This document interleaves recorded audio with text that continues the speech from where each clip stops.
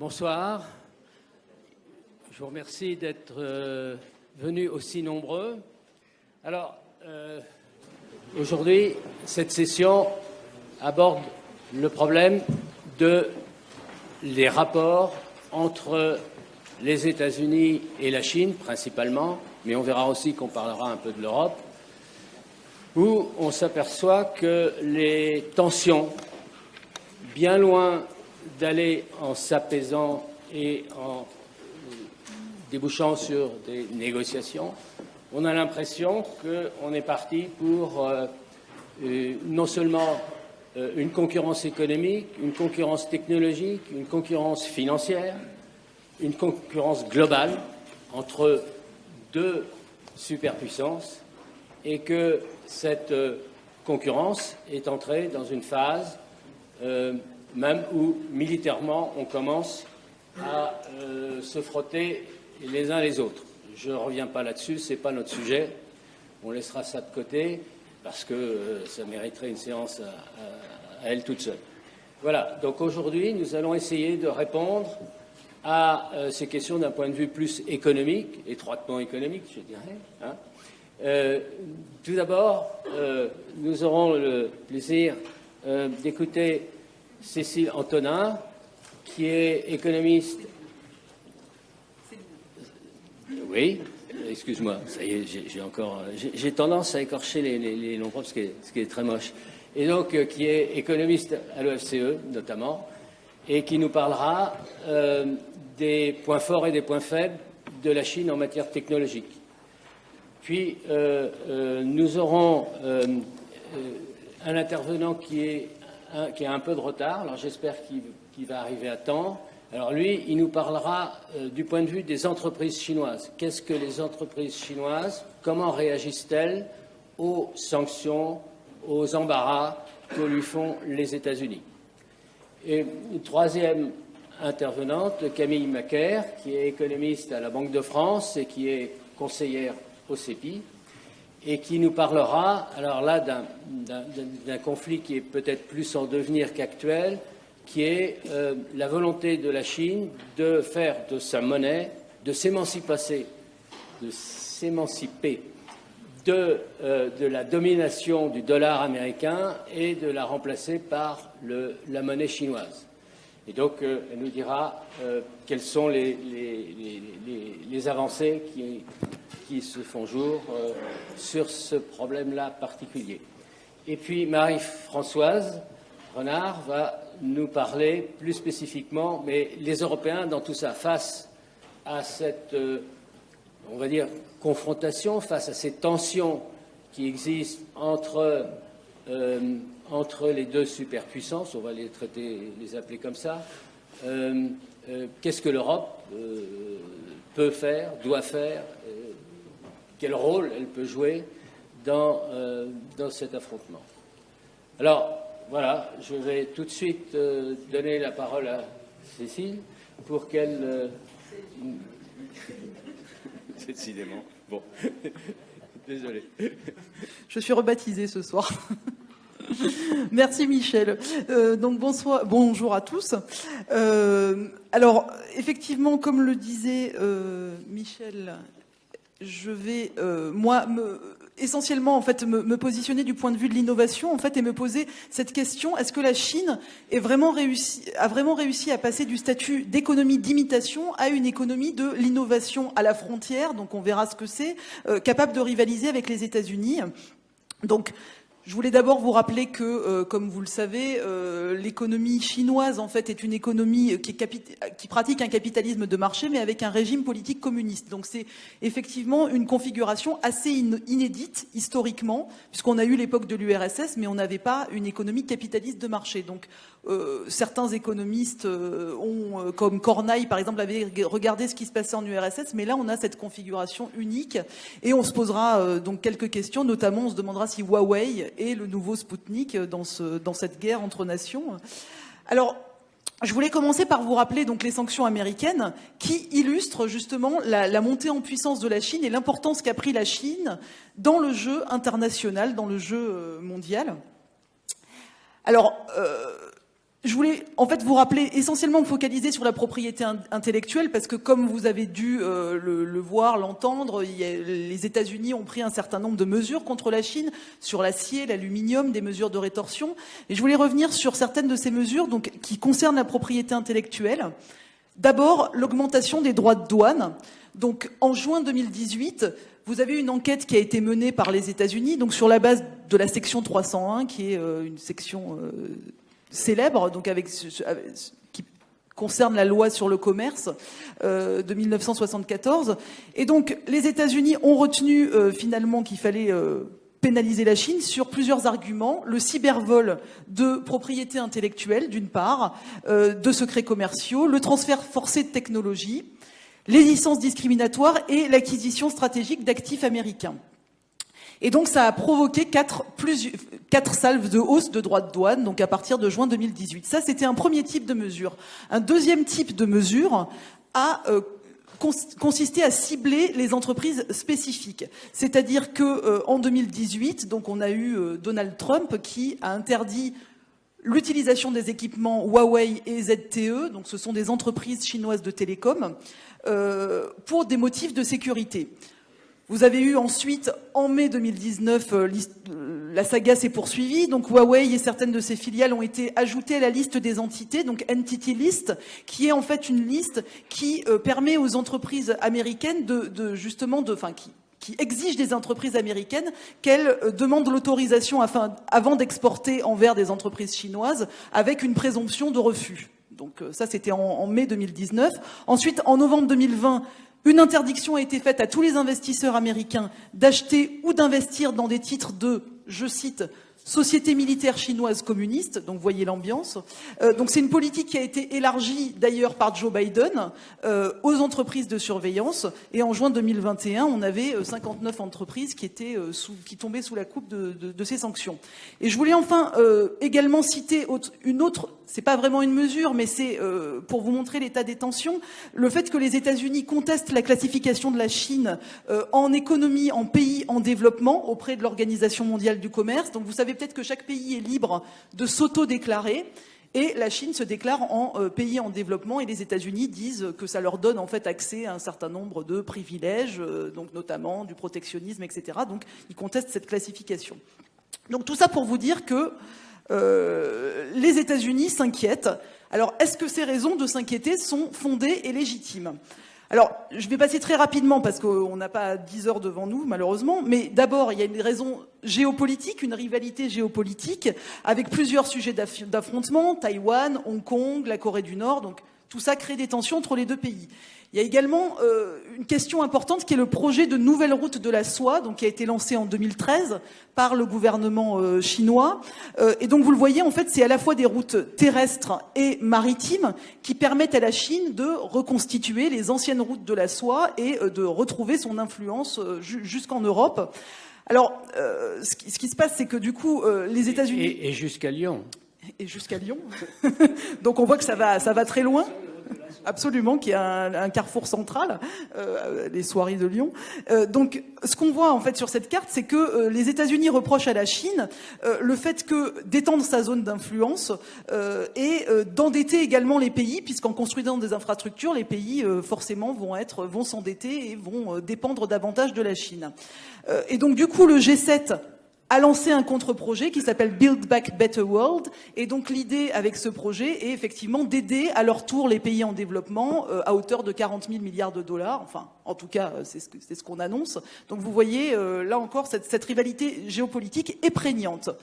Deuxième chose, une rivalité commerciale. Alors j'ai repris ici un graphique de The Economist que je trouve très parlant, puisqu'il vous montre vraiment la transformation du monde en 20 ans. Donc vous avez en haut la situation en 2000 et en bas la situation en 2020. En 2000, donc ce que vous voyez en bleu, c'est on prend en compte deux choses, le commerce avec les États-Unis, le commerce avec la Chine.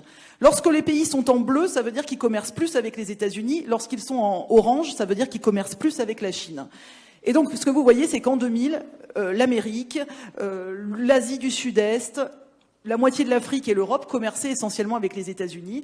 En 2020, vous voyez que la carte est devenue orange et que, en fait, à part l'Amérique du Nord et un petit bout d'Europe, finalement, la Chine, commerce plus avec tous les pays du monde. Malgré tout, l'hégémonie américaine en recherche et développement persiste. Donc ici, sur ce graphique, vous avez les ressources humaines et financières qui sont consacrées à la recherche et développement, en pourcentage du PIB. Donc, alors, ce que vous voyez sur l'axe du bas, l'axe des abscisses, ce sont les dépenses en recherche et développement. Donc, on voit que les États-Unis sont un peu en avance par rapport à la Chine. Ils sont autour de 3% de leur PIB en recherche et développement, contre plutôt 2 pour la Chine qui est au niveau de l'Union européenne. Par contre, sur le nombre de chercheurs pour 1000 employés, on voit que les États-Unis sont quand même à environ 10 chercheurs pour 1000 employés, contre 2 en Chine. Donc le rattrapage se fait, mais les États-Unis ont quand même une longueur d'avance. Sur les 20 premières entreprises mondiales, c'est pareil. Dans les 20 premières entreprises mondiales, vous avez 10 entreprises américaines et vous en avez une chinoise qui est Huawei. Donc là encore, les États-Unis semblent tenir le haut du pavé. Alors, du coup, on va se poser la question donc que la Chine, qui est un pays, est-ce que c'est un pays à la frontière technologique capable de renverser cette domination technologique américaine? Alors, je voulais d'abord revenir sur cette notion de frontière technologique, qui est le stade en fait le plus avancé du développement technologique, c'est-à-dire vraiment la technologie de production qui aujourd'hui est la plus efficace, qui demain pourra être repoussée par un pays, mais qui en tout cas aujourd'hui est le niveau maximal finalement que vous pouvez atteindre. Et ce qui est très important à voir dans cette frontière, c'est que quand vous êtes un pays en développement, vous avez 2 étapes en fait dans votre développement. Vous avez d'abord une première étape de rattrapage, qui est la première droite que vous voyez. Donc vous suivez cette droite de rattrapage et ensuite, à un moment donné, il faut passer dans une logique d'innovation. Et tout l'enjeu est de savoir quand passer à l'innovation, parce que si vous ne passez pas à l'innovation, vous risquez de tomber dans ce que les économistes appellent the middle income trap, qui est la trappe de revenus intermédiaires, de laquelle il est très difficile de sortir, c'est-à-dire que vous imitez, mais vous n'arrivez jamais à être un pays à la frontière. C'est ce qui se passe, par exemple, dans le cas de l'Argentine ou certains pays d'Amérique latine. Et donc, ce ne sont pas les mêmes moteurs qui sont à l'œuvre dans le rattrapage et dans l'innovation. Par exemple, quand on est une économie de rattrapage, il faut investir dans l'enseignement primaire, avoir un financement bancaire. Dans l'économie d'innovation, ce qui compte, c'est l'enseignement supérieur, c'est le financement de marché, c'est la concurrence sur le marché des biens et services. Donc c'est vraiment crucial d'avoir ce basculement qui s'opère. Ça, c'était pour le petit rappel. Alors, dans le cas de la Chine, je voulais aussi vous montrer ce graphe, beaucoup de graphiques, vous m'excusez, mais je trouve qu'un bon graphique parle parfois mieux qu'un discours. Donc ici, vous voyez que la Chine a eu vraiment depuis 2000 une progression fulgurante en termes de quantité de brevets déposés, et donc ils ont quasiment rattrapé les États-Unis en l'espace de 20 ans. En particulier dans les technologies de pointe. Donc il y a une forte percée de la Chine dans les technologies de pointe, notamment la blockchain, le génome, la vision artificielle, et par exemple l'office chinois, les brevets déposés auprès de l'office chinois représentent 60% des brevets pour la blockchain, 40% pour les génomes. Donc ça, c'est des résultats à paraître de Antonin Bergeau et Cyril Verluise, mais donc vous voyez qu'ils ont vraiment fait une percée dans ces domaines. Et il y a également un plan quinquennal qui a été décidé entre 2021 et 2025 et qui met l'accent sur cette technologie de pointe dans lequel le pays va investir massivement au cours de ces prochaines années.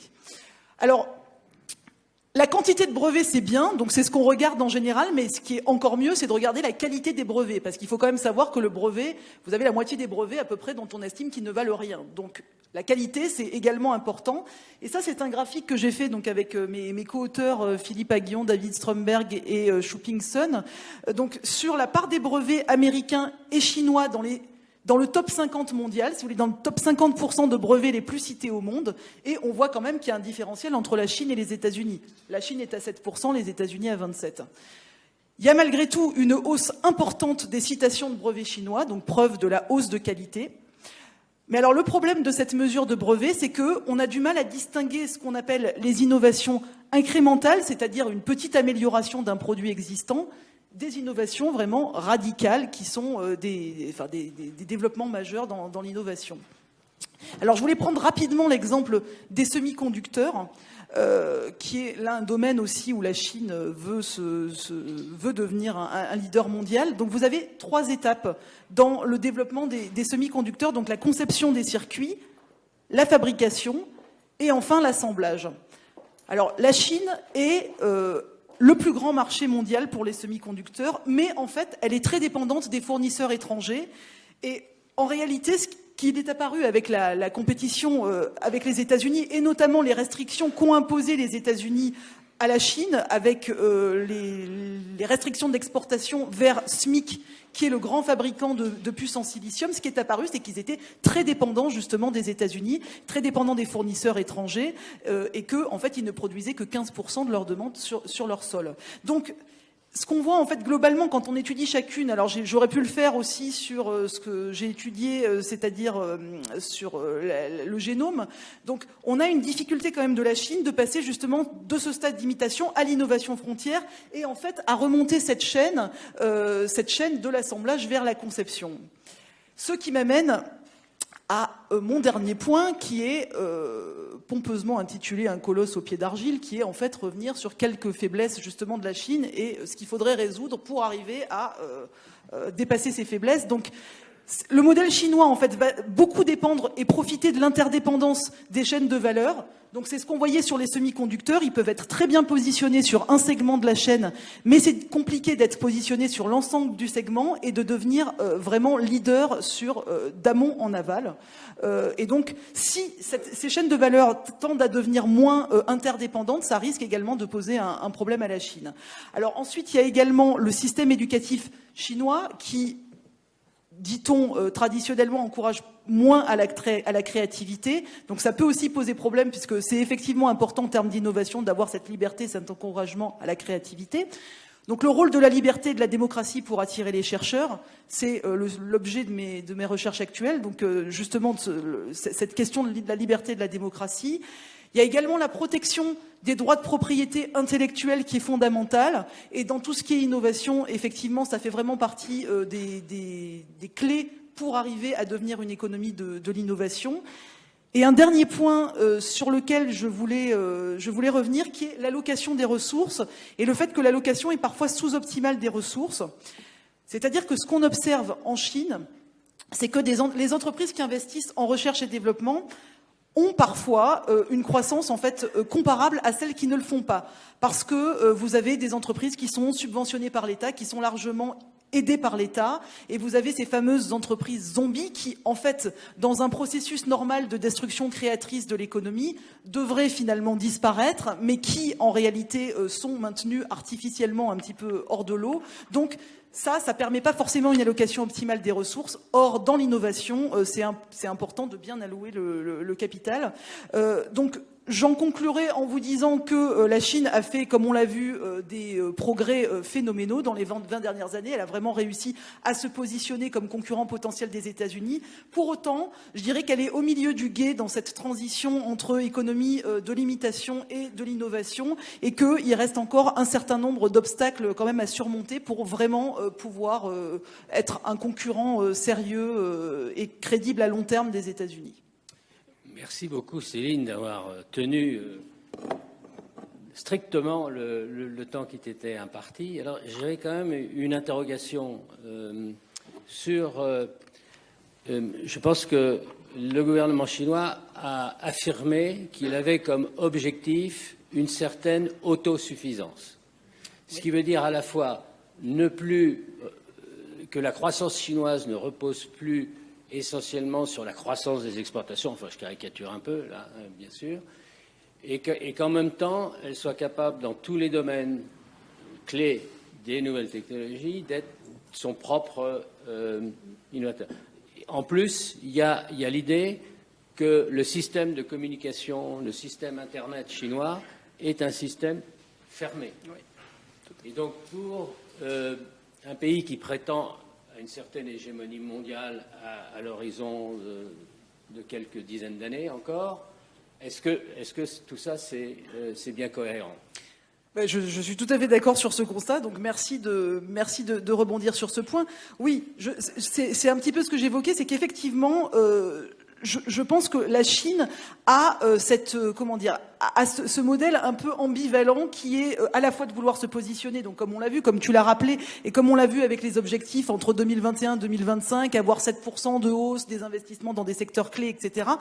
Mais en même temps, ce régime politique qui quand même préside à une certaine fermeture de l'économie et une mainmise de l'État, on le voit, le fait par exemple d'avoir ces entreprises zombies, c'est aussi une conséquence finalement de la mainmise de l'État sur l'économie. Donc je pense qu'à un moment donné, il faut soit aller vers plus de libéralisme politique, si on veut vraiment pouvoir se positionner comme concurrent sérieux, soit aller vers ça, soit quelque part accepter qu'on ne puisse pas étendre son spectre au-delà de ses frontières. Donc moi, c'est ma position. Très bien, merci. Alors maintenant, nous allons voir les choses du point de vue des entreprises chinoises. Jean-François Dufour est directeur, DCA, je ne sais pas trop ce que c'est que DCA, Chine Analyse. DCA, ça marche. Ah oui, ça marche. Défensif. Oui, c'est une société de conseil stratégique qui s'adresse aux entreprises travaillant avec la Chine. Voilà. Donc, comment les entreprises chinoises font-elles face aux sanctions, aux difficultés que les gouvernements américains leur imposent ? Très bien, écoutez, je vais essayer de répondre à cette question. Je voudrais d'abord vous présenter mes excuses pour mon arrivée un peu tardive, mais c'est pas moi qui conduisais le TGV, donc je pense que c'est pas entièrement de ma faute. Je vais essayer de répondre à cette question en partant d'un constat, c'est que du point de vue des entreprises chinoises et de l'État chinois, le côté peut-être le plus étonnant dans le volet technologique de l'affrontement entre la Chine et les États-Unis, c'est son caractère de prophétie autoréalisatrice. Ce que je veux dire par là, c'est qu'en fait, on a affaire à un phénomène qui, malgré ce qu'on peut lire parfois, commence à dater. C'est-à-dire que cet affrontement sur le plan technologique, il remonte au début du XXIe siècle. Sa toute première concrétisation vraiment importante, ça remonte à 2008. C'est la première intervention du CFI US, le Committee on Foreign Investment in the US, pour interdire une acquisition à motivation technologique. Et ça concerne déjà à l'époque un groupe qui s'appelle Huawei, qui à l'époque est le numéro 5 mondial des équipementiers de télécommunications et qui est juste au début de sa trajectoire fulgurante qui le mènera à la première place 8 ans plus tard. Mais il est déjà perçu comme une menace par les autorités américaines et donc on a déjà des mesures de rétorsion à cette époque. Ceci étant dit, malgré cette relative ancienneté, on a assisté à une accélération très nette depuis 3 ans. Et le paradoxe, c'est que cette accélération, elle est très liée à la publication d'un document en 2015, qui est le fameux plan Made in China 2025, donc Made in China 2025, par le gouvernement chinois. Et l'une des premières phrases de ce document dit noir sur blanc, l'industrie chinoise est développée, mais elle est faible. Et ces auteurs expliquent ce jugement par 2 facteurs, qui sont d'une part un niveau technologique insuffisant, et d'autre part une trop grande dépendance de composants et d'équipements étrangers. Et le but justement du plan Made in China 2025, c'est d'orchestrer une mobilisation pour réduire cette dépendance. Et le paradoxe, c'est qu'en fait, c'est ce qui va accélérer la politique d'endiguement américaine par rapport à ses ambitions, avec des conséquences très concrètes, avec 2 étapes principales à mon sens. La première, c'est 2018, on a une sorte d'avertissement lorsque ZTE, qui est le deuxième équipementier de télécom chinois, le numéro 4 mondial, est privé temporairement de composants américains. Donc c'est un groupe qui pèse quand même 20 milliards de dollars de chiffre d'affaires et qui est menacé de disparition du jour au lendemain. Donc dans le cas de ZTE, il y aura un accord, moyennant une grosse amende et des mesures de contrôle. En 2020, on passe au conflit ouvert beaucoup plus avancé, avec les mesures qui sont prises à l'encontre de Huawei, qui donc entre-temps est devenu le numéro 1 mondial de son secteur, qui sont des mesures qui en fait interdisent à toute entreprise, quelle que soit sa nationalité, de vendre des composants à Huawei si elle utilise des technologies américaines. Donc au sens large, technologies qui vont des logiciels aux machines. Le principal résultat, c'est de couper Huawei de ses principaux fournisseurs qui sont ce qu'on appelle les fondeurs, c'est-à-dire les sociétés qui fabriquent concrètement les semi-conducteurs à partir des spécifications de leurs clients, principaux fondeurs qui sont taïwanais et coréens. Et la mesure est suivie quelques semaines plus tard par des sanctions du même ordre à l'encontre d'une autre société qui, je crois, alors je suis désolé, je suis arrivé en route, mais a été évoquée tout à l'heure, qui est SMIC, Semiconductor Manufacturing International Corp, qui est le principal fondeur chinois. L'idée des autorités américaines étant que si elles interdisent à Huawei l'accès à ses fournisseurs étrangers, c'est pas pour qu'un fournisseur chinois se substitue à eux. Donc on est là vraiment en plein conflit depuis 2020. Et la question qu'on m'a chargé d'aborder aujourd'hui, c'est est-ce que ces mesures ont un impact? La réponse est clairement oui. À la différence, à mon sens, des mesures de rétorsion commerciale auxquelles les entreprises chinoises sont très aguerries depuis des années, les mesures de rétorsion technologique ont un véritable impact. On en a une mesure très simple qui concerne ce que vous avez tous dans votre poche, un smartphone. Huawei, au début 2020, a été brièvement le numéro 1 mondial des smartphones, avant les sanctions américaines. Il était arrivé à peu près 20% de part de marché mondial. Aujourd'hui, en 2021, on n'a pas encore les chiffres, mais on a des projections. On estime que Huawei, sur ce marché, va dégringoler à la 7e place mondiale, avec une part du marché mondial entre 3 et 4%. Et ça, c'est un effet direct du fait de ne plus avoir accès aux dernières générations de puces américaines, ou en tout cas fabriquées avec des équipements américains. Donc, un impact incontestable. Est-ce que pour autant, ça se traduit par une paralysie des entreprises chinoises? La réponse sera tout aussi catégorique, et là, par contre, c'est non. C'est non à cause de deux facteurs. Vous avez d'abord un facteur de court terme qui concerne les entreprises qui sont affectées elles-mêmes par les mesures de rétorsion américaines. Et puis ensuite, vous avez un facteur de plus long terme qui est beaucoup plus important et qui, lui, concerne l'ensemble de l'industrie chinoise. Alors le premier facteur, le court terme, en fait, c'est la capacité d'adaptation des entreprises visées par rapport aux sanctions prises par les États-Unis.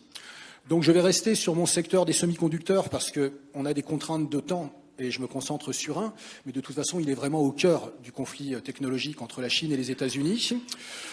Si on reprend le cas de Huawei, je viens d'évoquer sa dégringolade dans les smartphones. Il faut savoir par contre que depuis un an, Huawei multiplie les solutions déployées avec de grandes entreprises chinoises pour tout ce qui concerne l'industrie. C'est-à-dire que la logique derrière, c'est que Huawei utilise son savoir-faire, notamment dans la 5G, où il est leader mondial avant les sanctions américaines, et l'IoT, l'Internet of Things, pour des choses qui nécessitent moins de miniaturisation qu'un téléphone portable. Donc Huawei, depuis quelques mois, déploie avec les autres grandes entreprises chinoises des systèmes qui sont destinés à l'industrie automobile, pour les véhicules intelligents et demain les véhicules autonomes, mais aussi à des choses auxquelles on penserait moins, comme l'automatisation de l'exploitation des mines de charbon, comme la maintenance prédictive des oléoducs pétroliers, ou comme la gestion automatisée également des usines sidérurgiques. Et donc c'est un mouvement qui est très net. Il y a pratiquement de nouvelles choses qui sont sorties par Huawei tous les mois. Donc c'est un repositionnement très rapide et très clairement, Huawei, alors qu'il bénéficie toujours d'un soutien important des autorités chinoises, n'est pas un groupe moribond. La meilleure preuve, c'est qu'il y a 2 semaines, Huawei a procédé à l'acquisition de 550 000 m² de nouveaux terrains à usage industriel à Shenzhen, qui est la ville du Guangdong où le groupe est basé, ce qui annonce un nouveau projet, soit d'usine, soit de centre de recherche-développement. Donc c'est un groupe qui a été touché, mais qui est loin d'être coulé. Si je reprends également SMIC, que j'évoquais également, le fondeur de semi-conducteurs, on a la même adaptation.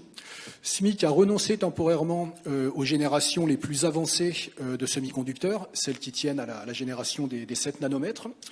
Par contre, sur du plus classique, SMIC, depuis les sanctions américaines, a engagé la construction de 2 nouvelles méga-usines, une à Shanghai, son siège, et l'autre à Shenzhen, où est basé d'ailleurs Huawei. Ce sont des usines consacrées à des générations plus anciennes de semi-conducteurs, on est sur du 28 nanomètres, et qui en fait sont destinées aux constructeurs automobiles qui sont affectés par une pénurie mondiale de ces composants. Donc là aussi une réaction, en attendant de pouvoir revenir à des choses de pointe, on se recadre sur des secteurs porteurs. Le deuxième aspect que j'évoquais, qui est beaucoup plus important, concerne le long terme, et c'est la mobilisation de l'ensemble de la chaîne industrielle chinoise, depuis l'amont jusqu'à l'aval, dans le but de réaliser à terme les objectifs d'autonomie stratégique dans les technologies. Alors pour rester sur les semi-conducteurs, on peut prendre des exemples en amont. Ça va concerner par exemple un certain nombre de groupes qui aujourd'hui travaillent de manière à marche forcée sur le développement d'équipements. Bon, je pense par exemple à CETC, qui est la China Electronics Technology Corp, qui est un des deux grands groupes de l'électronique contrôlés par le gouvernement chinois, qui a dévoilé ces derniers mois un certain nombre d'équipements, comme par exemple des implanteurs ioniques, qui sont une étape seulement, mais une étape importante de la fabrication des semi-conducteurs. Le même groupe CETC, mais aussi le groupe Sinochem dans la chimie, le groupe CASC, China Aerospace Science and Technology Corp, qui lui est spécialisé dans le spatial, travaillent quant à eux sur le développement, certaines de leurs filiales, de matériaux pour les futures générations de semi-conducteurs. Donc l'idée, c'est que pour l'instant, on n'est pas capable de produire, mais on se prépare, on vise le long terme. Et si jamais on prend l'aval, puisque je viens d'évoquer l'amont, on retrouve là aussi une mobilisation générale avec des groupes qui, bien que ce ne soit pas leur métier de départ, en fait aujourd'hui se consacrent de plus en plus au développement de leurs propres semi-conducteurs. C'est-à-dire qu'ils créent des filiales chargés de la conception de semi-conducteurs, ou alors ils investissent dans des start-up spécialisées sur les semi-conducteurs. Donc c'est un phénomène qui est très intéressant parce qu'il concerne tout le monde, les groupes publics, mais aussi les géants du privé. Et ici, je vais faire une petite parenthèse, parce que c'est particulièrement intéressant sur le fonctionnement du modèle chinois. Vous avez sans doute entendu parler de la reprise en main des géants privés de la tech chinoise depuis un an. Ça remonte à octobre 2020. C'est motivé par d'autres considérations que la technologie. C'est des questions liées au système financier au départ. Mais ça aboutit à une remobilisation pour recadrer ces groupes dans le cadre de la stratégie nationale. Et le meilleur exemple qu'on en a, c'est qu'il y a quelques semaines, le groupe Alibaba, donc le géant d'Internet et du e-commerce, qui est au cœur depuis un an des mesures de contrôle par le gouvernement chinois, a annoncé qu'il faisait partie des gens susceptibles d'investir dans la restructuration de Tsinghua Unigroup. Et Tsinghua Unigroup, c'est un énorme conglomérat relativement récent qui a été au départ créé par l'université de Tsinghua, qui est la plus importante de Chine, qui est chargé de mener les plans stratégiques du pays dans les semi-conducteurs, mais qui est en difficulté financière depuis quelques mois. Un de ses créditeurs a eu la mauvaise idée de réclamer ses dettes et on s'est rendu compte qu'il n'y avait plus rien dans les caisses. Donc du coup, Tsinghua est en cours de restructuration. Tsinghua ne disparaîtra pas de toute évidence. Et Alibaba, qui a besoin de redorer son image auprès des autorités chinoises, se manifeste en disant « Nous, on est prêt à mettre de l'argent, à rentrer dans les plans nationaux ». Donc, j'en arrive bientôt à ma conclusion. On pourrait estimer que tout va bien, finalement, côté chinois. On a une mobilisation qui est en marche. Il faut néanmoins prendre en compte une chose, c'est que quand on parle de la Chine, vu de l'extérieur, grâce à ces plans stratégiques, grâce à cette mobilisation tout azimut, on a l'impression que tout est calme en surface. Après, la réalité, c'est que ce ne sera pas un long fleuve tranquille, parce que sous la surface, c'est un petit peu plus compliqué. La Chine est un pays immense, qui a un système économique hybride, ça s'appelle l'économie de marché socialiste, qui donne lieu à un tas de choses parfois contradictoires, parfois conflictuelles, et à un tas de choses ouvertement bizarres. Donc je vais vous donner le meilleur exemple du fait que ça va être difficile. Cet exemple, c'est celui de Zhongxing Semiconductors. C'est une entreprise qui, jusqu'à l'été 2020, était considérée comme un des projets phares du développement des semi-conducteurs en Chine. On parlait du développement d'un fondeur de semi-conducteurs, mais de génération avancée, puisque là, c'était les 7 nanomètres qui étaient visés, à Wuhan, la capitale du Hubei, qui a fait beaucoup parler d'elle ces 2 dernières années pour de toute autre raison. Et on était donc sur un projet à 20 milliards de dollars d'investissement, donc un projet absolument gigantesque, avec une entreprise qui avait été jusqu'à acheter des équipements de lithogravure en Europe, donc tout paraissait normal. Jusqu'à l'été dernier, où en fait, il s'est avéré que c'était tout simplement une escroquerie. C'est-à-dire qu'en fait, on a 2,5 milliards de dollars d'investissement public, notamment du gouvernement du Hubei et de la municipalité de Wuhan, qui ont disparu. Alors bon, ils n'ont pas disparu pour tout le monde, mais pour les gens qui les ont émis, ils ont disparu. Et en fait, Zhongxing s'est écroulé du jour au lendemain. Aujourd'hui, il reste des friches industrielles et des machines qui sont stockées quelque part. Donc, la Chine, c'est une énorme machine, très compliqué. Il y a le discours officiel, il y a la réalité d'une mobilisation stratégique. Après, dans la concrétisation, c'est très compliqué. Les autorités chinoises le savent. quand vous prenez le plan Made in China 2025 que j'évoquais tout à l'heure, vous voyez que son véritable objectif, c'est 2049, en fait. C'est le centenaire de la création de la République populaire de Chine. Mais les autorités américaines aussi le savent. Et donc, leur objectif, ce n'est pas de l'immobilisation de l'industrie chinoise, elles ne se font pas d'illusions, mais c'est de les ralentir au maximum. Et donc, je pense qu'on est juste au début de ce conflit technologique et qu'il y aura encore de nombreux développements dans les années qui viennent. Je vous remercie. Merci beaucoup. Alors, nous sommes devenus, grâce à vous, des spécialistes des semi-conducteurs. On s'aperçoit que c'est... Alors, ce qu'il y a d'extraordinaire dans cette industrie, comme hier c'était le textile, c'est que c'est une industrie qui est composée de milliers d'entreprises, avec des très grosses entreprises, des moyennes entreprises et des petites entreprises. Et tout ça, il faut que ça arrive à fonctionner ensemble de façon à donner une industrie compétitive. Alors, tu nous as aussi tu nous as aussi un peu effrayés avec ce panorama, parce qu'on a l'impression que le dragon chinois va écraser l'industrie numérique dans les années à venir. Alors, il y a tout de même des fragilités. Alors, j'en ai évoqué une, mais il y en a d'autres. Hein. Sur le plan financier, il y a un certain nombre d'entreprises qui sont en difficulté. Camille peut-être nous parlera aussi d'autres questions financières qui posent problème. Donc, c'est pas... Alors, je vais être rassurant et pas rassurant. Je vais être rassurant sur l'aspect technologique. Je pense vraiment qu'il y a encore un énorme retard à combler. Alors, petite remarque au passage, ce sera peut-être évoqué par d'autres intervenants, mais non pas à cause d'une supposée incapacité de la Chine à innover, ça c'est une illusion totale, mais à cause de l'histoire récente de la Chine. La Chine ne s'est toujours pas remise d'un épisode dramatique qui s'appelle la révolution culturelle. C'était il y a 40 ans, mais ça a eu un impact qui est encore très sensible sur l'industrie chinoise aujourd'hui. Donc, il y a encore de la marge au niveau technologique. Par contre, je ne vais pas être rassurant au niveau financier, parce que les difficultés financières des grands groupes chinois, c'est pas un problème. C'est comme ça que fonctionne l'économie chinoise. C'est une économie du surendettement permanent. Céline évoquait les entreprises zombies. Sans aller jusque-là, c'est une économie dans laquelle la logique, c'est qu'on finance les entreprises qui sont libérées de la contrainte de la rentabilité à court terme parce qu'elles ont des objectifs stratégiques.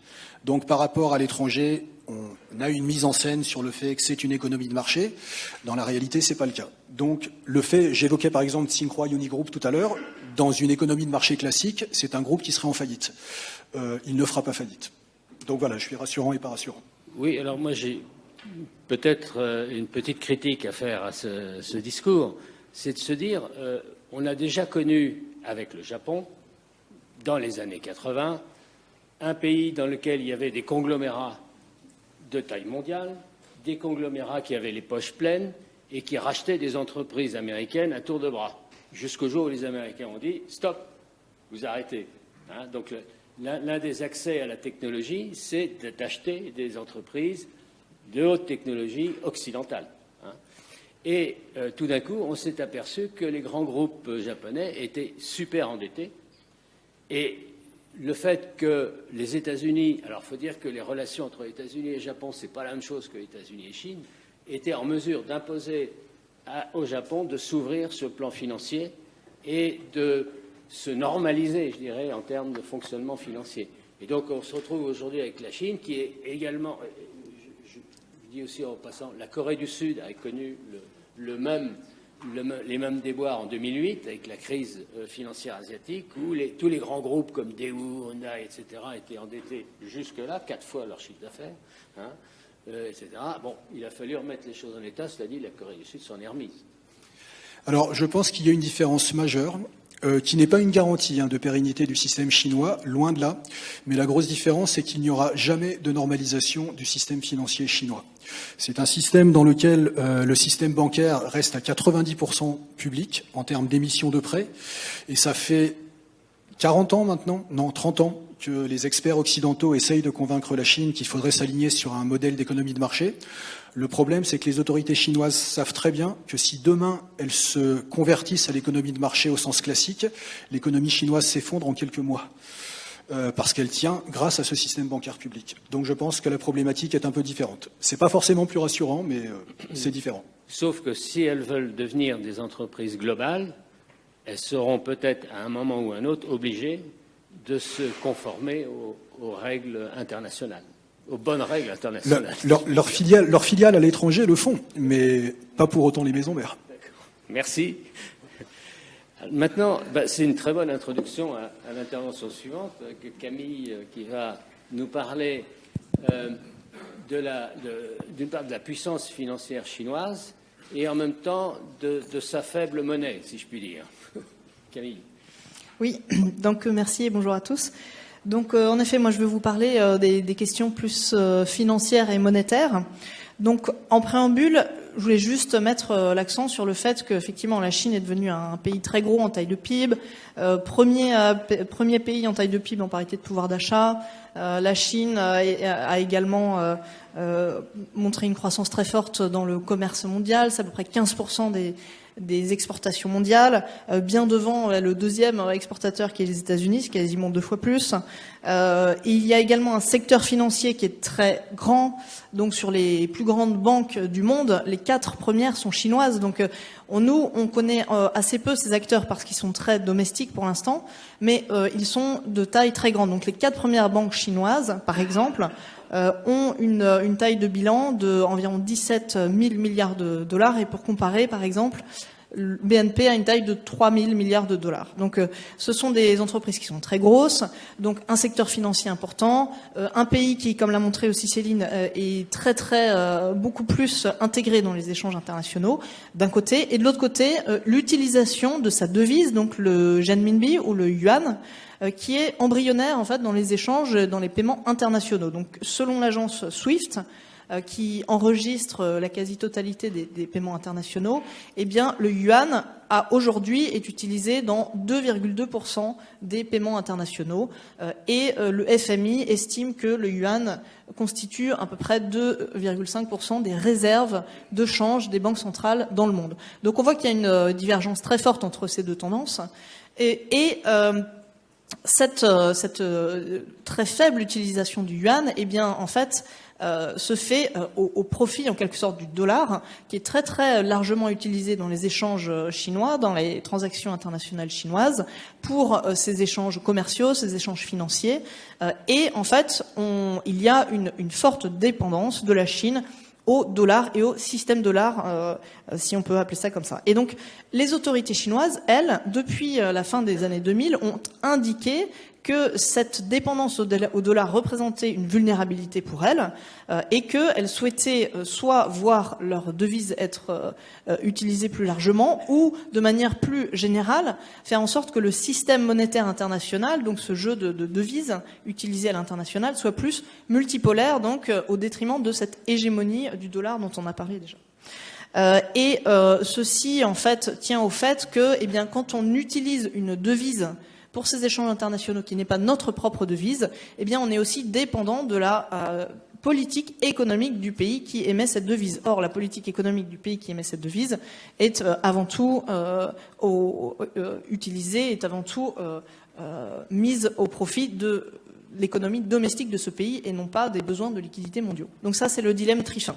Et donc, le gouverneur de la Banque centrale chinoise à l'époque de la première prise de position officielle qui est en 2009, Zhu Xiaochuan, eh bien, a indiqué que cette situation de très forte dépendance du dollar n'était pas une situation qui convenait au gouvernement chinois. Donc, le gouvernement chinois a mis en place différents processus pour renforcer l'attractivité de sa devise, pour renforcer l'utilisation de sa devise dans les échanges internationaux.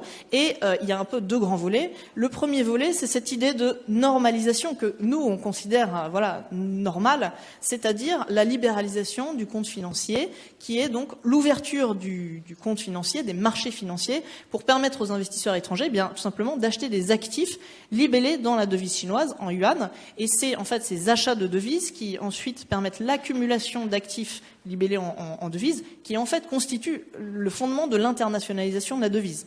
Donc ce sont des investisseurs étrangers qui récupèrent dans leur portefeuille des actifs en renminbi en l'occurrence. Donc il y a eu des canaux qui ont été ouverts pour permettre l'achat d'actions, permettre l'achat d'obligations. Donc ça, ce sont les programmes Bond et Stock Connect. Globalement, ça date de début des années 2010, cette ouverture, la création aussi d'un marché du yuan qui serait en dehors des frontières financières chinoises, parce que donc depuis le début des réformes chinoises, en gros au début des années 90, toute l'évolution économique de la Chine, son expansion financière, économique, commerciale, s'est faite dans le cadre de frontières financières très fermées. Et donc quand on était un investisseur étranger, on avait difficilement accès aux actifs chinois, et si on avait accès à ces actifs, on n'avait pas forcément envie de les acheter, dans la mesure où on ne savait pas trop si après on pouvait les revendre. Donc pour qu'une monnaie soit vraiment internationale dans ce cadre libéral, je dirais, qui a apporté l'internationalisation, par exemple, du dollar, eh bien, on suppose que les actifs libellés dans cette devise doivent être des actifs librement accessibles, jugés sûrs et liquides, c'est-à-dire facilement échangeables. Donc pour le côté sûr, on peut dire que le gouvernement chinois a prouvé sa capacité à indiquer aux investisseurs étrangers que c'était un créditeur sûr, qu'il n'allait pas faire faillite. Donc je pense qu'il y a une confiance dans la capacité du gouvernement chinois à honorer ses dettes. En revanche, le côté accessible était très, très limité, très embryonnaire, et donc il y a eu cette orientation progressive vers la libéralisation du compte financier.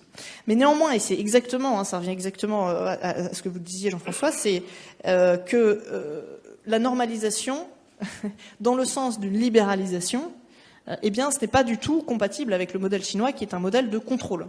Donc, l'ouverture pleine et complète du compte financier, la libéralisation du taux de change, la totale transparence des entreprises qui émettent des obligations, par exemple, c'est pas à l'agenda.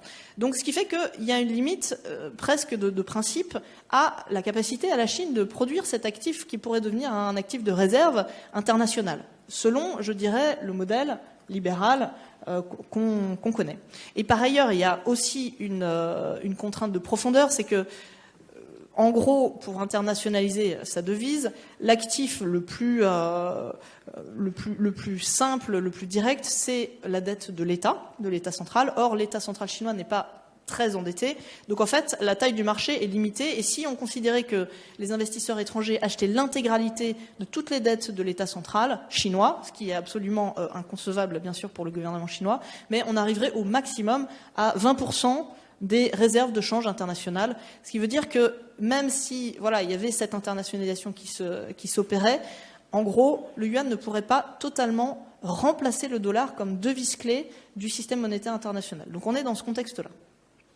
Néanmoins, et c'est là qu'on peut parler de normalisation à caractéristiques chinoises, on est toujours dans un modèle ambigu en Chine, c'est que au-delà de ce cadre un peu néolibéral, un peu traditionnel, la Chine met en place des jalons qui sont un peu nouveaux, qui sont un peu cachés, qui sont pas vraiment dans la confrontation avec, en l'occurrence, le système dollar, mais qui posent les jalons d'un renforcement de la puissance financière, et notamment avec les pays émergents. Donc la Chine se pose en chef de file des pays émergents, et notamment au niveau financier. Donc il y a tout ce principe des nouvelles routes de la soie, où l'idée c'est de renforcer les liens bilatéraux avec des pays émergents. Et ce qui fait que la Chine est devenue un fournisseur d'investissements directs étrangers très important. C'est le premier investisseur à l'étranger, donc d'IDE du monde, avec presque 20% des IDE du monde, dans des zones géographiques qui sont en plein développement, qui ne sont pas vraiment déjà trustées, si vous voulez, par les États-Unis. Donc il y a une logique de contournement et de positionnement dans les endroits où tout reste à construire.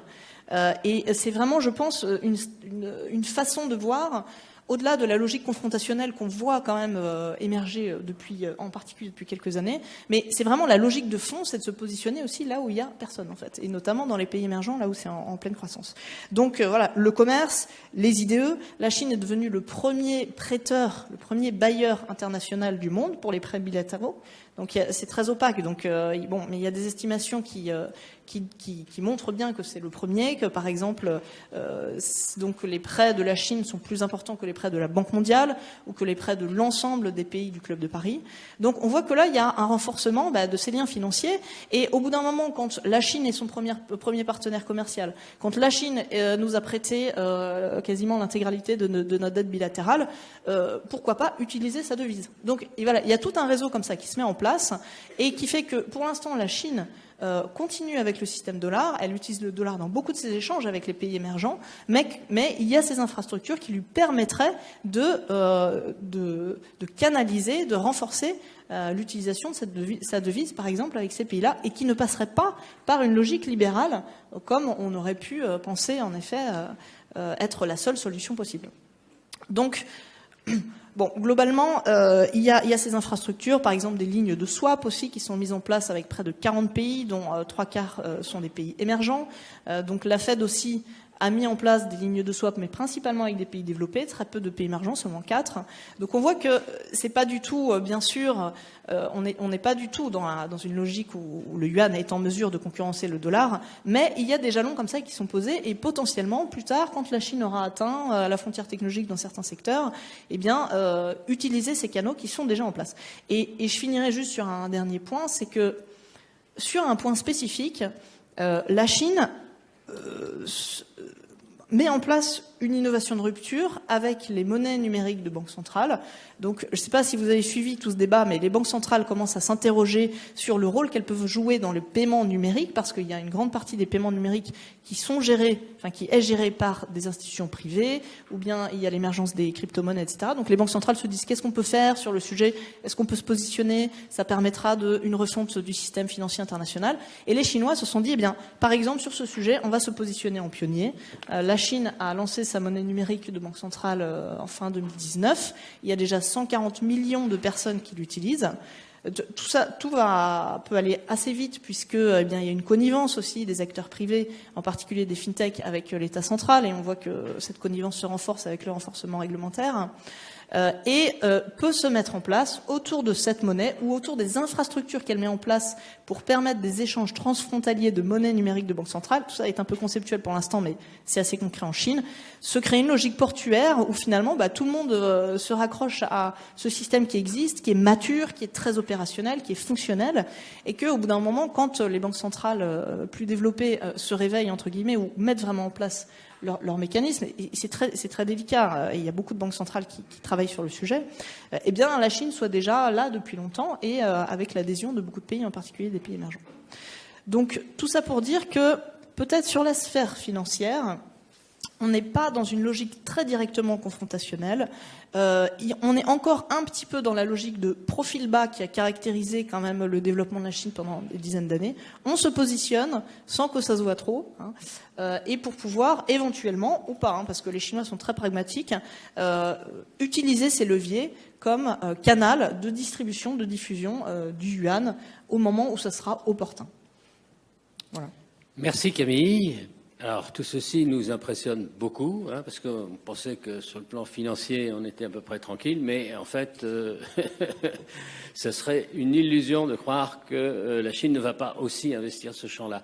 Alors cela dit, j'avais deux petites questions, peut-être une remarque qui va dans le sens de ce que tu as dit, c'est-à-dire que la Chine est un détenteur de la dette américaine. C'est le second détenteur au monde de bons du Trésor.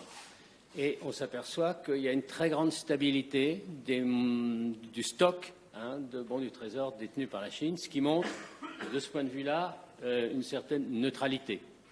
Donc pas de confrontation, etc. Ça, c'est la première remarque, ce que tu en penses. Et deuxième remarque, qui est peut-être, on a beaucoup dit que l'engagement de la Chine vers les pays émergents était un engagement opaque, que les conditions dans lesquelles la Chine soutient les investissements dans les pays africains, en Amérique latine, etc., sont vraiment pas claires, et qu'il y a, dans un certain nombre de cas, la Chine prend aussi de très gros risques de ce point de vue-là. Est-ce que tu peux commenter Oui, alors sur le premier élément, c'est un élément qui était au cœur des réflexions sur le découpling ou bien la divergence entre les États-Unis et la Chine, cette confrontation financière. Et en fait, on voit que la Chine est le principal effectivement détenteur des obligations d'État chinoises. Donc les États-Unis n'ont pas intérêt à ce que la Chine vende ses actifs parce que ça déprécierait la valeur de ses actifs. Et les Chinois n'ont pas intérêt non plus à vendre ses actifs puisque ça déprécierait la valeur de ses actifs qui est le principal élément de leur réserve. Donc, on voit que les deux puissances là se tiennent, mais bien sûr, même au niveau commercial, au niveau technologique, il y a une interdépendance qui est extrêmement forte, ce qui fait que de toute manière, ces évolutions seront extrêmement lentes et graduelles. Et avec Hong Kong, je ne sais pas si vous vous souvenez, l'année dernière, on se disait, mais est-ce que les États-Unis vont couper l'accès à la Chine ou à Hong Kong, aux entreprises hongkongaises, au système dollar, au système de clearing en dollars? Et en fait, il y avait un consensus, et d'ailleurs ça a été vérifié sur le fait que l'un et l'autre, en tout cas les États-Unis ne pouvaient pas faire ça, ce serait l'option nucléaire et que ça déstabiliserait énormément le système financier. Et ça n'a pas été fait en effet. Donc on voit qu'il y a une interdépendance qui est très forte, qui fait qu'il y a un jeu un peu de dupes, mais au fond les deux pays sont liés et n'ont pas intérêt à ce que l'autre soit en difficulté financière en fait. Sur le deuxième sujet, donc il y a une question d'image de la Chine qui est vraiment très, très importante pour les Chinois parce qu'ils ont besoin de trouver ce relais parmi les pays émergents.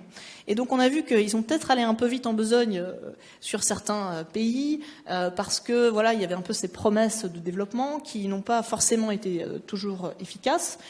Il y a eu des projets qui ont été efficaces quand même. On est vraiment dans le développement des infrastructures énergétiques en premier lieu, hein, c'est quand même ça. Des infrastructures de transport, etc. Et donc, c'est vrai qu'il y a des exemples qui sont très parlants de surendettement, d'infrastructures non efficaces, non pérennes, etc. Mais globalement, et il y a aussi tout un travail de propagande, hein, quand même, des autorités chinoises. Globalement, on est quand même dans une démarche active de ces pays qui signent des accords avec la Chine. Hein. Il y a quand même, ce sont des États souverains. Donc il n'y a pas, c'est pas une prise de pouvoir non consentie, si on veut dire. Le truc, c'est que, enfin la difficulté, c'est que en effet se renforce une capacité une force de négociation très importante de la Chine vis-à-vis de ces pays-là, et que certains se rendent compte qu'ils sont en train de perdre leur souveraineté économique. Donc la Chine a pris conscience de ça, et également, deuxième point, ce que tu disais Michel, en effet, il y a un risque à investir dans des projets qui finalement ne sont pas rentables, il y a un risque financier pour la Chine. Donc la Chine a ralenti très fortement ses investissements en 2019, en 2020, pour dire, attention, premièrement, il faut quand même faire attention à notre image, parce que globalement, l'image de la Chine est assez dégradée un peu partout dans le monde, pour être sûr qu'il y ait une adhésion des populations en face. Et deuxièmement, il faut faire quand même attention à la rentabilité des projets dans lesquels on investit. Donc, là encore, il y a un grand pragmatisme de la Chine. Je pense qu'en tant que peut-être les régulateurs internationaux doivent effectivement être très très prudents par rapport à ce positionnement de la Chine et au surendettement de certains pays. Mais je pense que la Chine, dans son approche très pragmatique, va faire aussi plus attention elle-même pour que ce soit pérenne et pour que ce soit bien ancré, bien cimenté. Merci Camille. Voilà. Alors maintenant, on a parlé un peu beaucoup de la Chine, des États-Unis vis-à-vis de la Chine. Il reste à savoir ce que nous, Européens, allons faire vis-à-vis de la Chine. Hein. Il y a un article, je crois, dans Le Monde de cet après-midi, qui dit que les Européens se rapprochent de Taïwan. Hein. L'air de dire, les Européens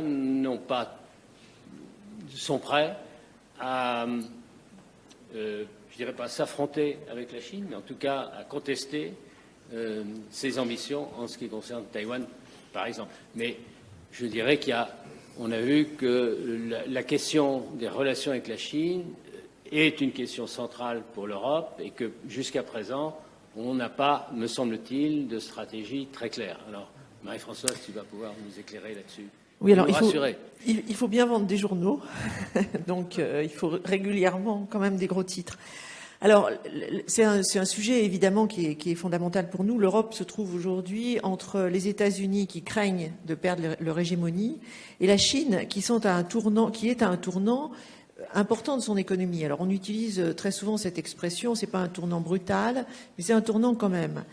La Chine doit à la fois, il faut savoir d'abord que toute la stratégie internationale de la Chine a un objectif unique, c'est de servir ses intérêts domestiques, de pallier les faiblesses internes et de servir ses intérêts domestiques. Et sa stratégie internationale, elle est au service de ses intérêts domestiques.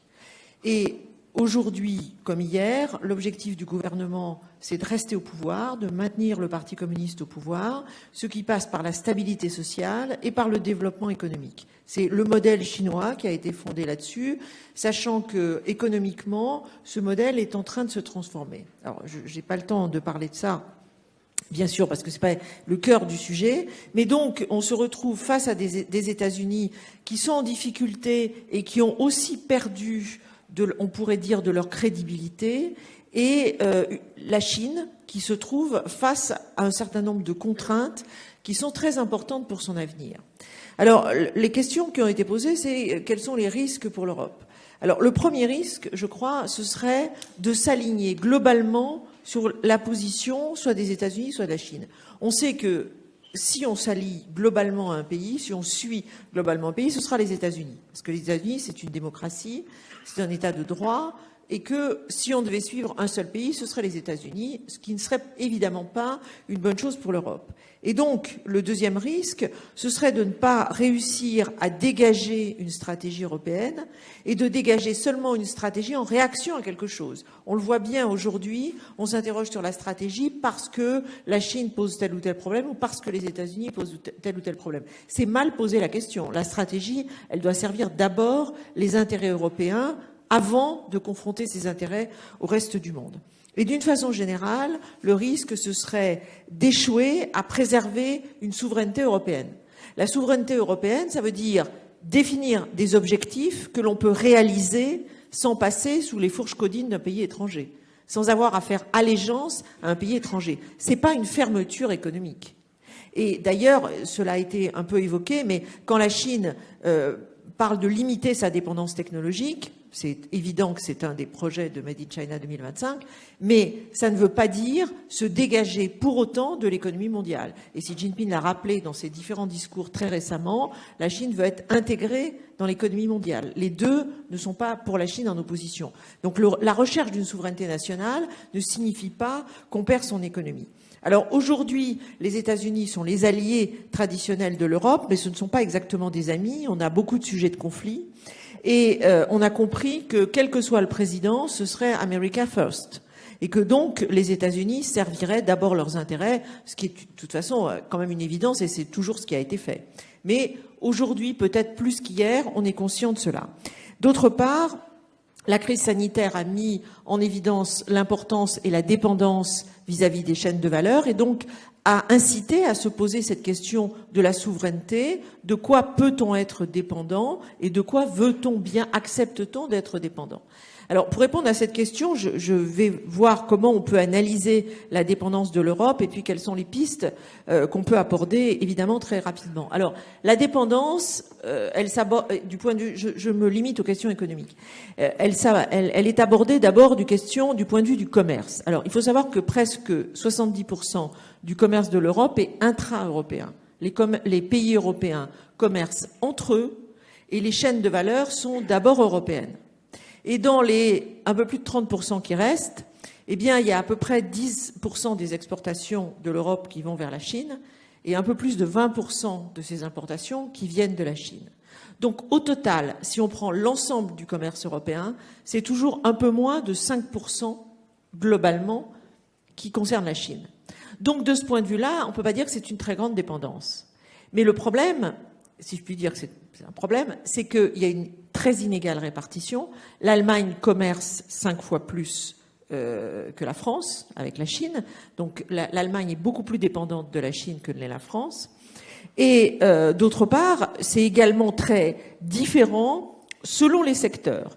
Alors, il y a des études qui ont été faites par l'Institut Merix, qui est un institut allemand, à partir des données des Nations Unies qui s'appelle Comtrade sur 5600 produits, pour savoir quelle était la dépendance stratégique de l'Europe vis-à-vis des États-Unis. Alors, ils considèrent que pour qu'il y ait une dépendance, il faut que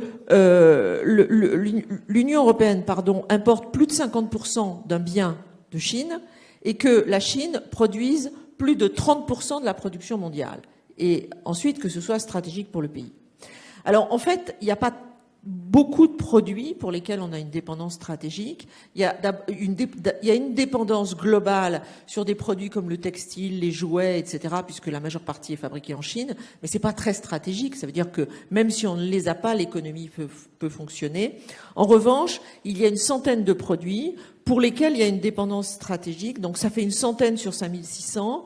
C'est-à-dire que nos économies seraient affaiblies si on ne pouvait pas avoir accès à ces biens. Alors, une de ces plus fortes dépendances porte sur le secteur électronique.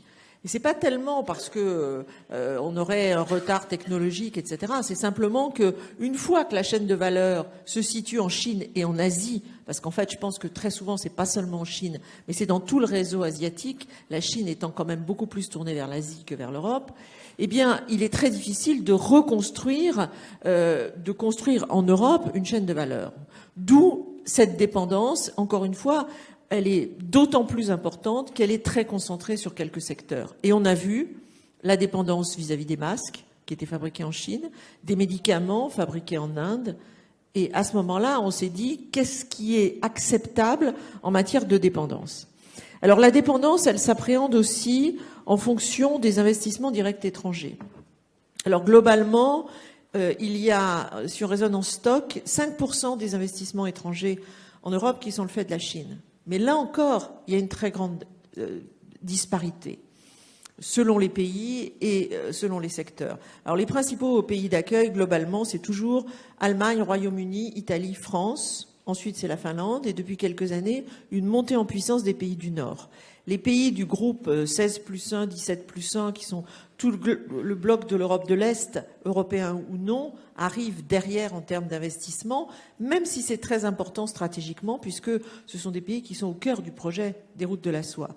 Mais dans ces investissements, eh bien, on s'aperçoit qu'il y en a presque 60% qui sont liés à des produits jugés prioritaires pour le plan Made in China 2025.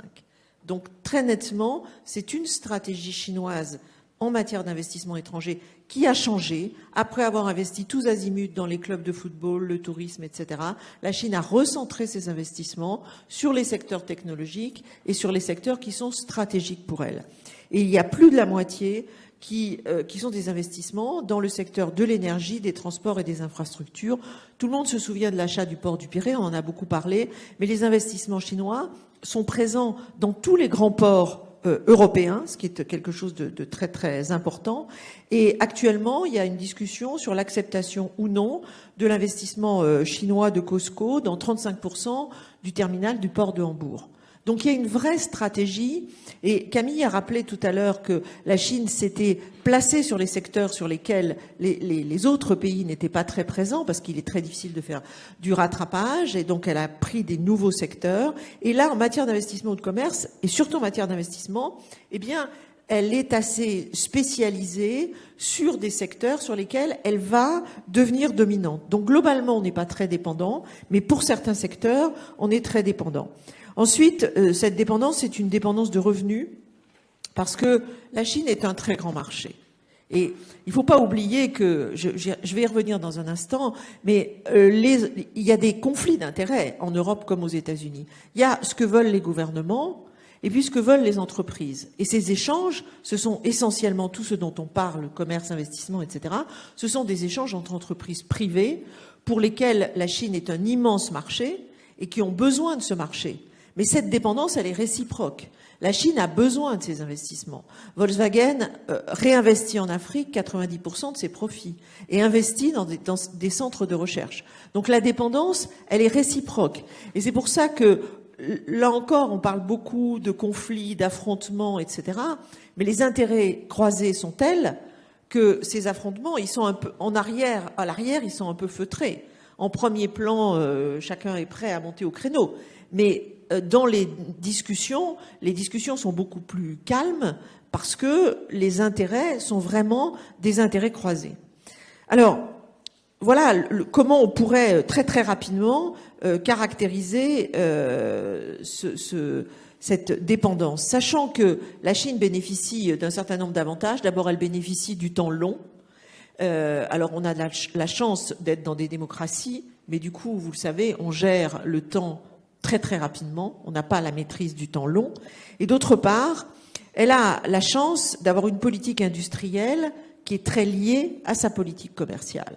Or, en Europe, on a d'abord eu une politique de la concurrence qui reposait sur le développement de la concurrence et la suppression de tous les obstacles à la concurrence. Interdiction de faire des monopoles.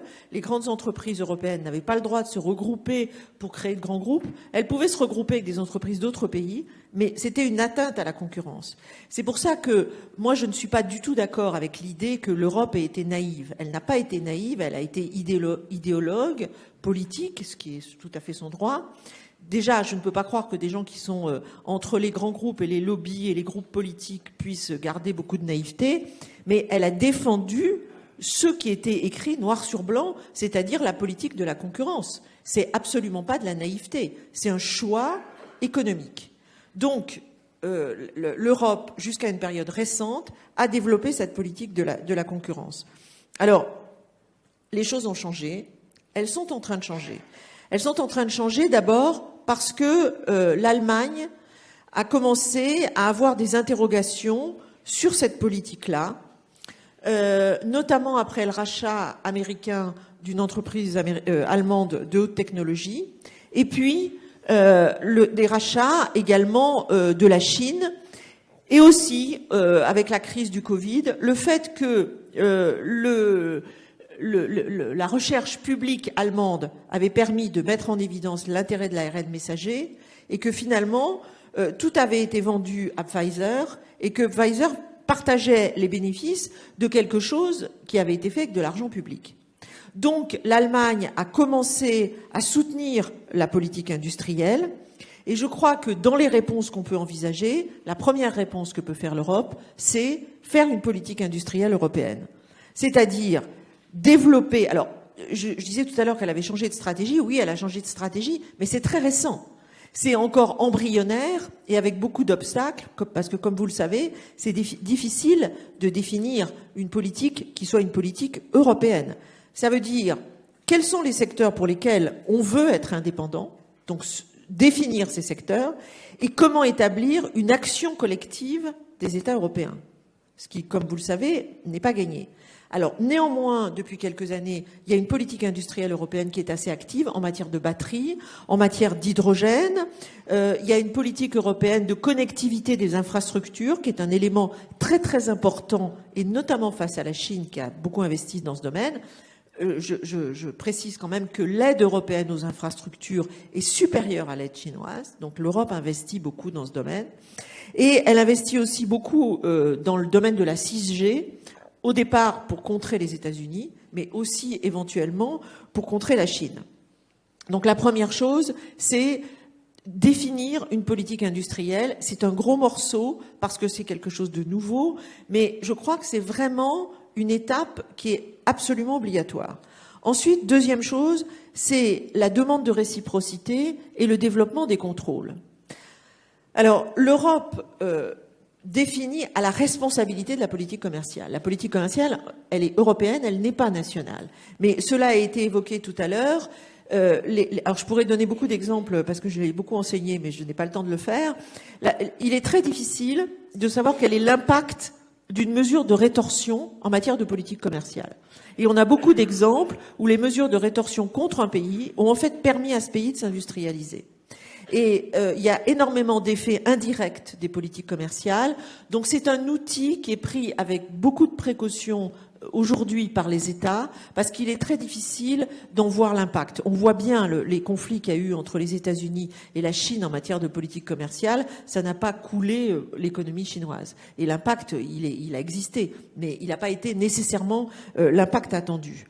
Alors, l'Europe, contrairement à ce qu'on a dit d'ailleurs, n'est pas une passoire, a un arsenal juridique qu'elle devra peut-être un peu plus utiliser. Et en matière d'investissement étranger, c'est la France qui a les mécanismes de filtrage les plus importants. Le problème, c'est que c'est un mécanisme qui est fragile parce que la compétence de blocage reste au niveau national. Or, on a besoin de contrôler les investissements étrangers et notamment les investissements chinois, pas seulement parce que tous les pays ont la même stratégie, mais notamment les investissements chinois. Et le problème, c'est que, comme cela a beaucoup été évoqué, les Chinois ne sont pas les rois de la transparence. Et donc, il y a des fonds d'investissement, il y a tout un tas d'intermédiaires. Tous les pays, les États-Unis et la Chine ont beaucoup d'entreprises dans les paradis fiscaux, donc il est toujours difficile de savoir qui investit. Et aujourd'hui, il faudrait que les investissements chinois en Europe soient mieux connus et mieux contrôlés. C'est la France qui est le mieux armée pour ça, mais cela doit être une décision européenne, parce qu'aujourd'hui, c'est chaque pays qui décide. Alors évidemment, ça ne fait pas une politique européenne. Alors depuis 2019, l'Europe oblige les pays membres à déclarer les investissements étrangers. Mais on est dans une situation où les pays ne les déclarent pas toujours. Parce qu'ils peuvent, à un moment donné, avoir, notamment pour du court terme, intérêt à cet investissement étranger. Et donc, ils ne déclarent pas l'investissement étranger. Alors, je crois que le thème de ces journées d'économie parle d'utopie.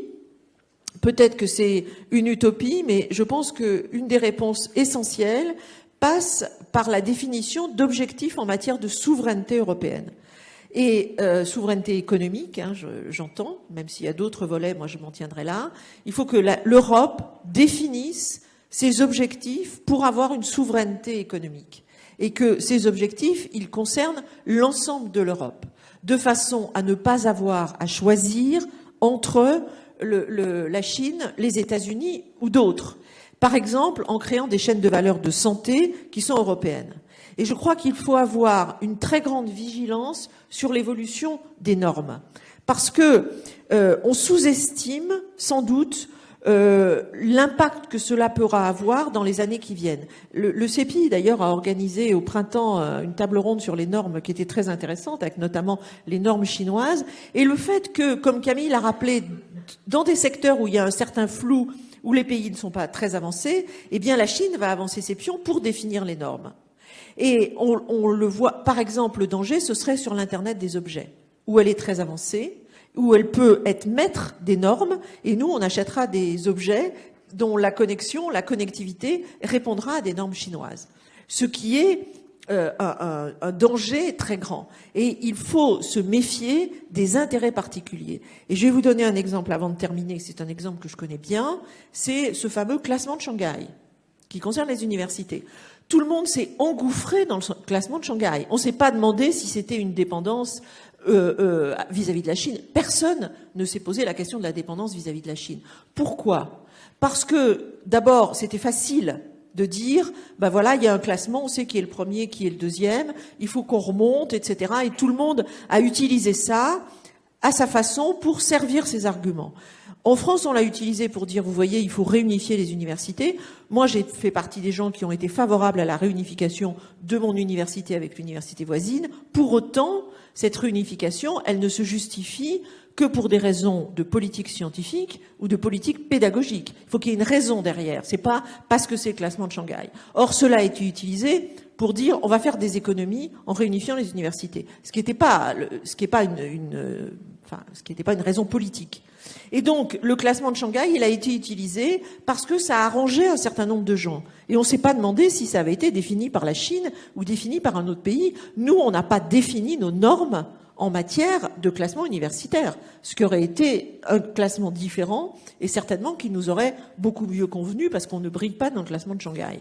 Ce qui, pour moi, n'est pas très grave d'ailleurs, mais bon, c'est une opinion personnelle.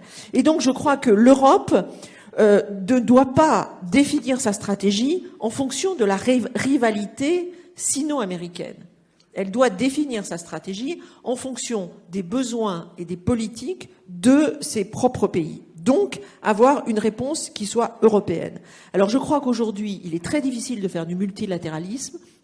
On l'a vu, on ne peut pas mettre tous les pays autour de la table sur tout, et on voit bien les difficultés de faire avancer l'OMC, de régler un certain nombre de problèmes dans un contexte où les États-Unis sont très opposés, et depuis sa création d'ailleurs, ils étaient opposés à sa création, donc depuis sa création sont très opposés à l'OMC, et donc je crois que la solution pour l'Europe, une fois définis les éléments de sa souveraineté, c'est d'avoir des projets avec tous ces grands partenaires sur des points particuliers.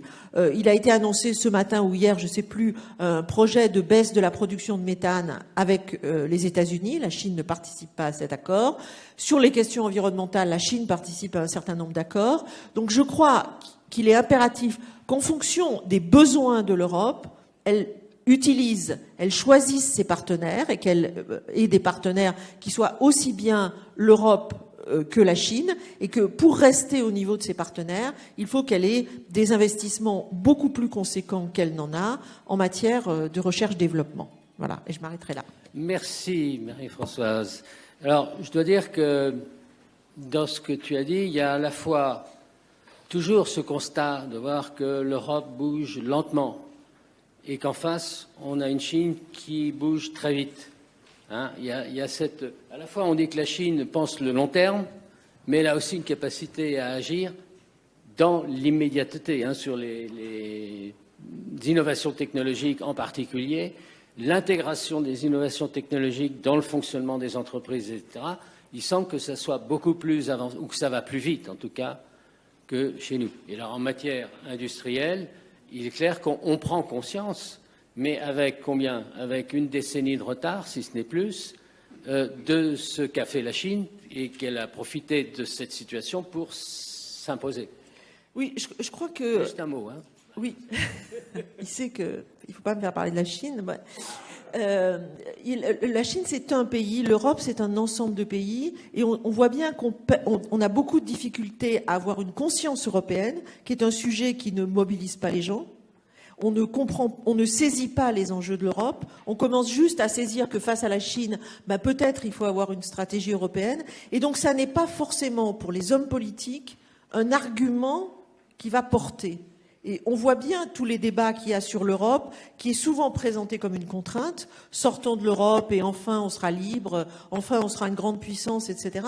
Et donc on a des considérations politiques qui ne servent pas forcément la construction d'un sentiment européen et de l'importance d'avoir un sentiment européen. Voilà. Alors je vais prendre quelques questions qui m'ont été envoyées par la salle. Alors, la première, je vais y répondre très rapidement, parce que ça pourrait nous entraîner très loin, c'est veuillez expliquer l'économie de marché socialiste. Alors, je dirais que la Chine, essentiellement, fonctionne à l'intérieur de la Chine en économie de marché. Au niveau international, elle fonctionne en économie de marché. Maintenant, le pouvoir politique en Chine, il est très clairement le pouvoir du Parti communiste chinois, hein, qui est réaffirmé je dirais presque quotidiennement par le président Xi Jinping, etc., etc. Donc on a un parti communiste qui a un pouvoir extrêmement étendu sur les décisions économiques stratégiques. Mais le fonctionnement, je dirais, au jour le jour, est assez proche d'une économie de marché. Alors, maintenant, qu'y a-t-il de socialistes en Chine? Que reste-t-il de socialistes en Chine? J'avoue que je n'ai pas la réponse. Hein. C'est un capitalisme d'État. Il y a du secteur privé, mais qui est un peu minoritaire par rapport aux sociétés d'État. Donc, je ne sais pas si vous avez envie de nous dire qu'est-ce qui reste de socialistes en Chine. Jean-François. Oui, juste très rapidement, il reste une chose déterminante qui est une économie planifiée. La grosse différence avec le modèle traditionnel, c'est qu'on est parti d'une économie planifiée gérée par les ministères dans l'ancien système, où il y avait des instructions. Aujourd'hui, une économie planifiée qui est gérée par non pas comment faire, mais quels sont les objectifs. Et vous avez les entreprises qui s'inscrivent dedans et celles qui ne s'inscrivent pas. Celles qui réussiront, c'est celles qui s'inscrivent dedans, et ça concerne le public aussi bien que le privé. Donc je pense que c'est ça qui reste, une planification stratégique, mais dont les modalités d'action ont changé radicalement. Pardon. C'est juste une phrase pour dire que je pense qu'il reste aussi une présence dans les entreprises, une présence du Parti communiste au sein des entreprises. Très forte, oui. Donc, Je crois qu'il ne faut pas essayer de faire rentrer la Chine, le modèle économique chinois aujourd'hui, dans les modèles qu'on a connus avant. Et on a vu beaucoup de discours de chercheurs, enfin tout un tas de gens, sur le fait de dire ça va se rapprocher de l'économie de marché telle qu'on la connaît, ou bien est-ce que au contraire ça serait un modèle à la soviétique, etc. Même le Parti communiste n'est pas à la soviétique. Et je crois que c'est un modèle économique qui est différent des modèles qu'on a connus jusque-là. Alors je botte pas en touche, simplement je respecte mon temps de parole. Oui, très bien. Mais ils affirment aussi qu'ils veulent présenter au monde un modèle nouveau. Hein. De ce point de vue-là, ils ont une ambition aussi très grande. Camille. Oui, enfin tout à fait, en effet.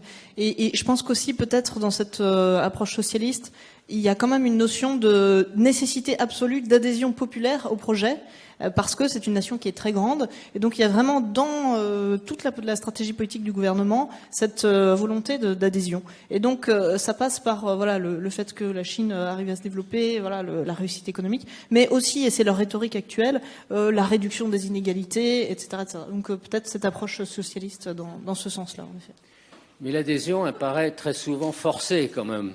En fait, alors, il y a plusieurs approches. Bon, avec 1,5 milliard de personnes, on a du mal à forcer les gens jusqu'au bout. Et oui, deuxièmement, mais avec 260 fromages différents, c'est aussi très difficile de gouverner la France, disait un certain De Gaulle. En effet, mais bon, je pense que sur la Chine, et c'est difficile peut-être pour nous parce que nous, on a une vision très humaniste, voilà, de l'humanité. Enfin, mais on est quand même dans une période de développement économique, d'essor économique très fort, ce qui fait que quand même des gens de notre génération, leurs parents ont connu la famine, par exemple, et donc en fait, le gouvernement continue de profiter de ce dividende politique qui est la réussite économique, malgré effectivement les contraintes. Donc il y a une adhésion, il y a une fierté quand même de la population chinoise. D'accord, merci Camille. Non, juste un mot, c'est ce qu'on appelle le spontané planifié. Le spontané planifié, ça c'est quoi ça, ça sort d'où ce truc-là?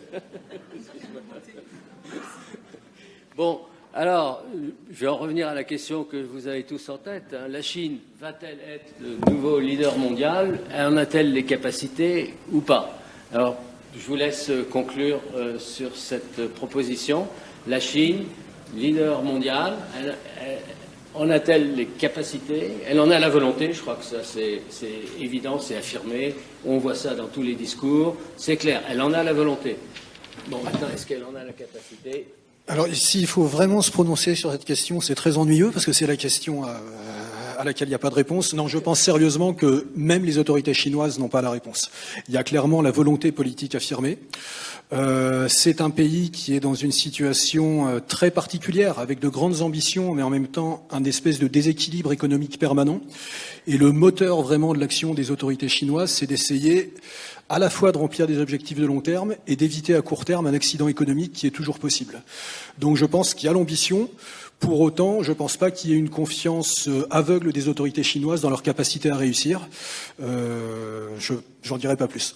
Et juste un mot à rajouter dans le commentaire, c'est qu'on a vu que la Chine devient de plus en plus importante, mais combien a-t-elle d'amis véritables? À l'époque du bloc soviétique, alors vous me direz que c'est pas une très bonne référence, mais à l'époque du bloc soviétique, il y avait un certain nombre de pays qui se réclamaient du socialisme, du marxisme, etc. Aujourd'hui, sur le plan idéologique, plus personne, ça devient rare, disons, ne se réclame de cette idéologie. Et les amis de la Chine, je veux dire, quand on voit la situation en mer de Chine, on s'aperçoit qu'il y a quand même beaucoup de friction.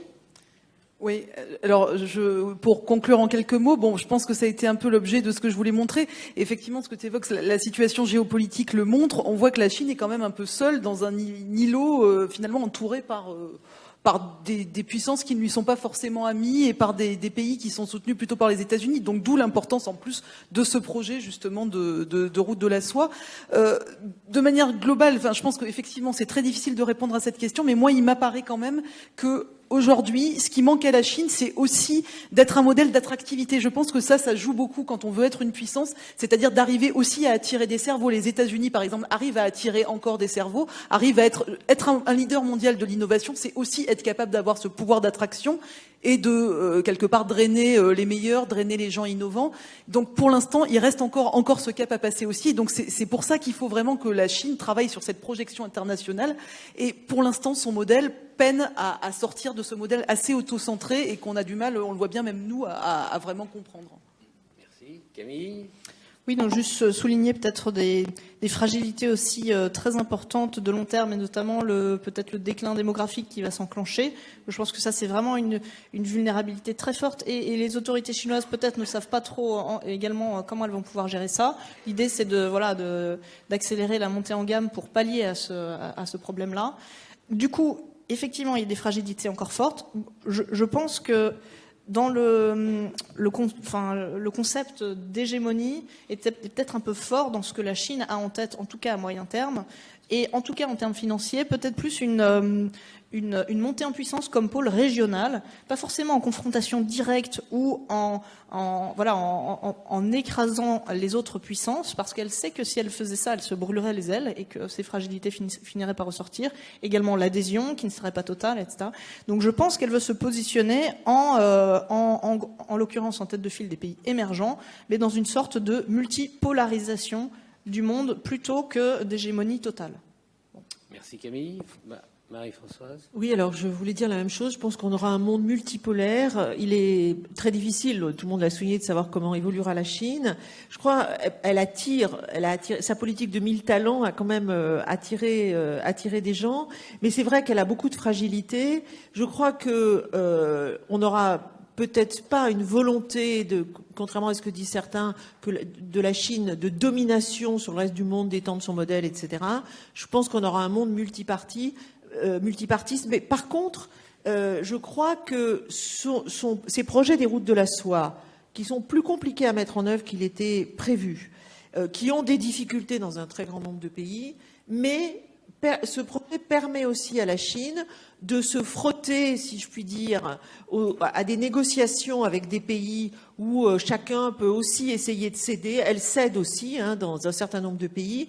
Et je pense que son impact dans la zone Asie et, comme l'a dit Camille, dans les pays émergents et dans les pays en développement, peut faire qu'on ait dans le monde des groupes comme ça, peut-être qui auront un pouvoir différent selon les domaines. C'est-à-dire que un pays peut être puissant dans le domaine des services, ce qui pour l'instant n'est pas le cas de la Chine, mais moins puissant dans le domaine de l'industrie, et d'autres comme la Chine qui veut clairement rester une grande puissance industrielle, et avec peut-être des alliés qui seront plus parmi les pays en développement. Merci. Alors, peut-être une toute dernière question qui m'a été posée, c'est les matières premières. Finalement, la Chine a une faiblesse importante en ce sens qu'elle manque beaucoup de matières premières. Alors, est-ce que vous avez un mot à ajouter sur cette question ? Jean-François. Oui, ça a été la principale motivation des investissements directs chinois à l'étranger jusque vers 2010, avec un basculement très net depuis, où ce sont les technologies qui ont pris le devant. Donc on va dire que la Chine a réglé en partie ce problème en sécurisant des sources d'approvisionnement à l'étranger. Ça reste un problème, mais c'est plus aujourd'hui la priorité. Je pense que là, ça rejoint tout ce qu'on a dit depuis tout à l'heure. La priorité aujourd'hui est vraiment à la technologie, parce que les matières premières, c'est en partie géré. Sur l'hydrogène, pour technologie, il y a quelqu'un qui m'a posé la question, est-ce que la Chine est le leader de l'hydrogène énergie ? Non, elle en est très loin. Pas pour l'instant. La Chine aujourd'hui est très bien positionnée. Enfin, alors ça dépend de quel hydrogène on parle. La Chine est très bien positionnée sur ce qu'on appelle l'hydrogène grise, donc celle qui est dérivée du traitement notamment des hydrocarbures. Sur l'hydrogène verte, c'est-à-dire le traitement notamment des énergies d'origine renouvelable converties en hydrogène, on en est seulement au tout début. Et avec là, pour rejoindre ce qui a été dit par Marie-Françoise tout à l'heure, des questions fondamentales pour l'Europe, parce que c'est aussi un des grands chevaux de bataille de l'Europe. Et la question, c'est dans quelle mesure on va transférer des technologies à la Chine, en sachant que certains ont déjà commencé avant de demander l'avis des autres. Très bien. Eh bien, je vous remercie tous les quatre de vos interventions.